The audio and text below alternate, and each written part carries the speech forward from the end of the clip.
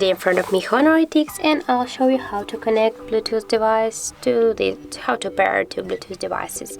So first you should just enable the Bluetooth on each of the devices.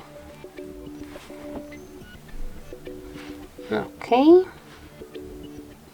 Now I'll just disconnect my earphones. And now, as can you see here, I got in others device the Honor 8X, so I'll just tap there and I'll tap here to iPhone HUAWEI, and now we should pair all the devices.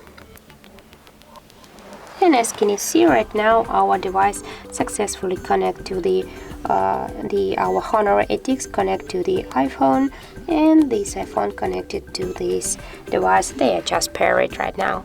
So, and then if you want to just turn it off, you just can tap here to the device, or here to the settings icon, just to tap here on the contact sharing if you want to enable, or also you can just unpair.